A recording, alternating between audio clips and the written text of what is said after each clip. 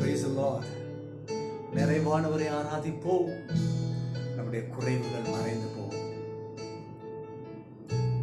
நிறைவான ஆவியானவரே, நீ வரும்போது குறைவுகள் மாறுமே. நிறைவான ஆவியானவரே, நீ வரும்போது குறைவுகள் மாறுமே. நீ வந்தால் சூழ்நிலை மாறுமே.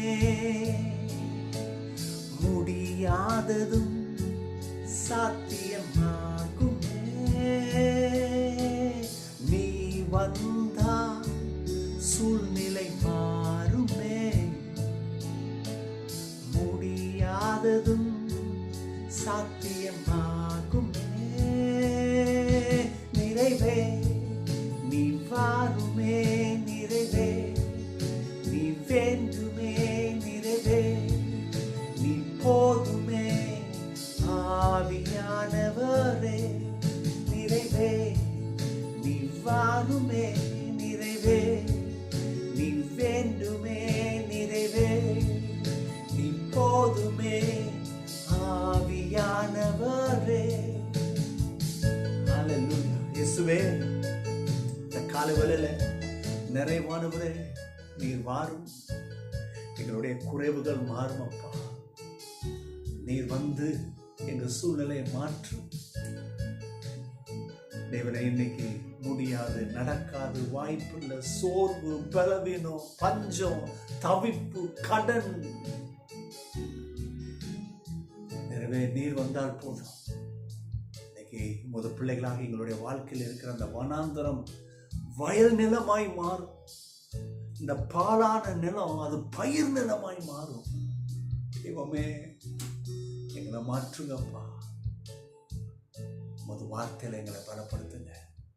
இயேசுவின் நாமத்தினாலே. ஆமென், ஆமென், ஆமென். தேவ மக்களை, இன்றைக்கும் இந்த கால வேளையில சங்கீதங்களின் புஸ்தகம் 18ஆம் அத்தியாயம் 19ஆம் வசனம். இந்த சங்கீதக்காரர் என்ன சொல்கிறார்? இதுல இருக்கிற அந்த ஒரு பகுதி மட்டும் எடுப்போம். ஒரு பகுதி என்ன சொல்லுது? அவர் விசாலமான இடத்திலே என்னை கொண்டு வந்து. ஆமென்.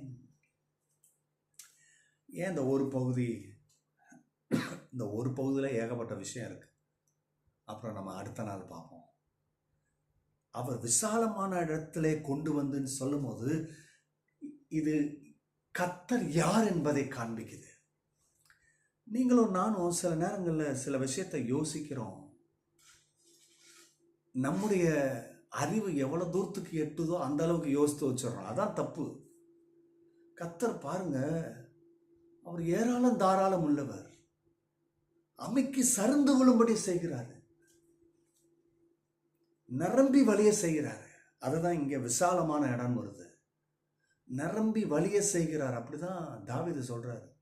நிரம்பி வழிந்தோட செய்யறது நோக்கம் என்ன? ஏன் அவருக்கு நிறுத்த தெரியாதா?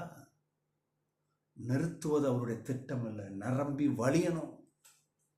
இப்ப இந்த வசனமும் எப்படி இருக்குன்னா, விசாலமான இடத்துல என்னை கொண்டு வந்து. நல்ல கவனிங்க, விசாலமான இடம். இன்னைக்கு நிறைய பேர் ஒரு குட்டி இடம் கிடைச்சா போதும், நான் வீடு கட்டுறதுக்கு, நான் தொழில் தொடங்குறதுக்கு, இப்படி நினச்சிட்டு இருக்கிறோம். ஆனால் ஆண்டவருடைய எண்ணம் என்னன்னா விசாலமான இடம். அப்போ கவனிங்க, நம்முடைய மனம் விசாலமாய் மாறணும். ஆனால் அநேகர் செய்கிற தப்பு என்னன்னா, இந்த பைபிள் வசனத்தை எடுத்துக்கிட்டு தப்புன்னு என்ன பண்ணிடுவாங்க, இப்போவே அதை வேற விதத்தில் சுயத்தில் கொண்டு வரணும்னு பார்ப்பாங்க. சண்டை போடுவாங்க, போராடுவாங்க, எதோ திட்டானா கொண்டு வருவாங்க. இந்த அவங்க அப்படி செய்கிறாங்க. நீ கொஞ்சம் காத்துக்கிட்டு, இந்த வார்த்தை சொன்னவர் அவரு, இதை அவர் செஞ்சு கொடுப்பாரு. அவர் என்ன சொல்றாரோ அதை செய்ய. இல்லையா? இதில் உங்களுடைய ஃபிட்டிங் எதுவும் வேணாம். அதெல்லாம் எக்ஸ்ட்ரா ஃபிட்டிங்கே அவசியம் இல்லை. இங்கே இவர்கிட்ட எல்லா ஃபிட்டிங்கும் கரெக்டாக இருக்கும். விசாலமான இடத்துல என்னை கொண்டு வந்து. இன்னைக்கு போராடிட்டு இருக்கிறீங்க, தவிப்பு, அங்கலாய்ப்பு இருக்கு. நீங்கள் கர்த்தரை நம்புங்க, அவர் உங்களை விசாலமான இடத்துல கொண்டு வரார்.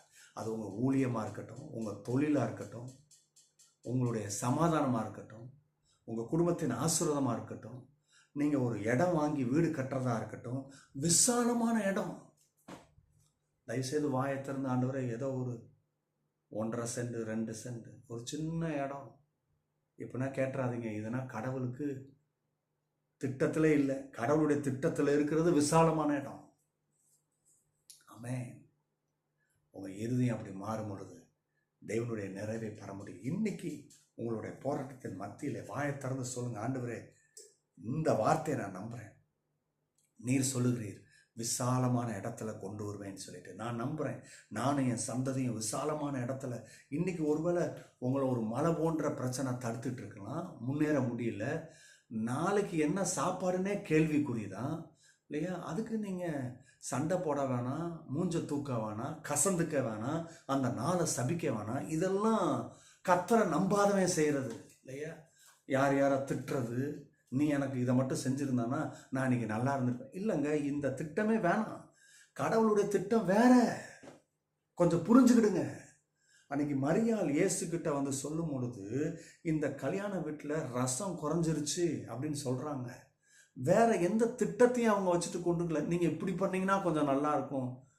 அந்த அம்மாவுக்கு ஐடியாவே இல்லை. அந்த அம்மாவுக்கு தெரியும், நல்ல தாய், நல்ல ஒரு விஷனரி, ஒரு பரிசுத்தம் உள்ள இருதயம் உள்ள ஒரு அற்புதமான ஒரு பெண்களுக்குள்ளே ஸ்திரீகளுக்குள்ளே ஆசீர்வதிக்கப்பட்டவங்க. ஆனால் அவங்களுக்கு ஒரு நல்ல நிச்சயம் தெரியும், அவங்களால ஒன்றும் செய்ய முடியாது. அவங்களால ஒன்றும் செய்ய முடியாது. அவங்க கடவுளால் பயன்படுத்தப்பட்டு கொண்டிருக்கிற ஒரு பாத்திரம். ஆனால் இந்த விஷயத்தில் தலையிடணும்னா செய்யணும்னா அவரு தான். அவருக்கு போய் ஐடியா சொல்ல முடியாது. சொல்லலை. அப்போ என்ன பண்ணுறாங்க? அமைதியாக இருக்கிறாங்க. காமிச்சு மட்டும் கொடுக்குறாங்க, இந்த குறைவு இருக்கு இல்லையா? அப்போ பாருங்க, அந்த விசாலமான தாராளமான எவ்வளோ வேணாலும் குடிக்கலாம், மீதியான துணிக்கைகள் எடுக்கிற அளவுக்கு அந்த ஆசீர்வாதத்தை செய்கிறதுக்கு, அந்த விசாலமான காரியத்தை செய்கிறதுக்கு அவர் சாதாரணமாக ஒரு காரியத்தை பயன்படுத்துகிறார். லாஜிக்கே இல்லை. தண்ணியை கொண்டு வந்து ரசமாக மாற்றுறாரு. அப்போ கவனிங்க, அவர் எதனாலும் வச்சு செய்வார். எதாலும் அவரால் முடியும். நம்ம நம்பினா போதும். நம்ம இருதயம் விசாலமாய் மாறணும். விசாலமாய் இருதயம் மாறின உடனே அவர் நம்முடைய வாழ்க்கையிலே அந்த விசாலமான ஆசீர்வாதத்தை கொண்டு வருவார். அற்புதமான காரியத்தை கொண்டு வருவார். நிரப்புவார். மனமகிழ்ச்சி இருக்கும். கர்த்தருடைய தயவு இரக்கம் இருக்கும். இந்த நாள் உங்களுடைய நாள்.